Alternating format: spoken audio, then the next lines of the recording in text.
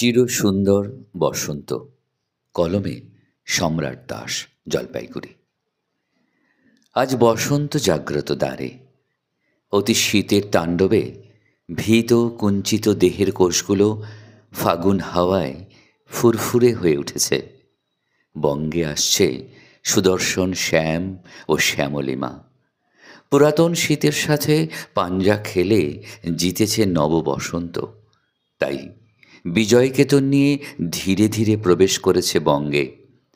বসন্তের কেতনে থাকে পলাশের উজ্জ্বল লাল, কোকিলের কুহুতান, কুলের টক, গাছের ঝরা পাতা।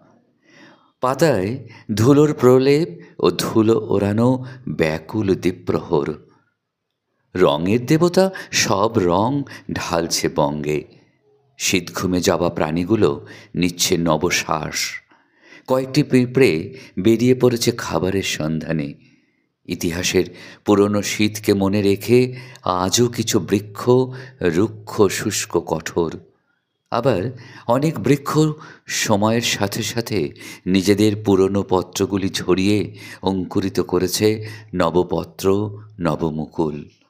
সেই মুকুলে শোনা যায় অলির গুঞ্জন। আত্ম অনুসন্ধানী মানুষের মতো ব্যালকনির নেতিয়ে পড়া উদ্ভিদেও হচ্ছে ফটোট্রপিক চলন। লাল, নীল, হলুদ, কমলা আরও কত রঙে রেঙেছে বাগান। কমলা খোসার মতো শীত খসে গিয়ে বেরিয়ে এসেছে রঙিন বসন্ত। এই বসন্তে অনাদরে জঙ্গলে বেড়ে ওঠা গাছগুলিও নিজেদের সাজিয়ে তুলেছে ফুলে ফুলে। তাদের দিকে কেউ তাকায় না, সবাই পলাশ গোলাপেই ব্যস্ত। এই বসন্ত সুখের মাঝে তবুও পরে দীর্ঘশ্বাস। ভাবি, পাবো কি ফিরে এ বসন্ত আবার?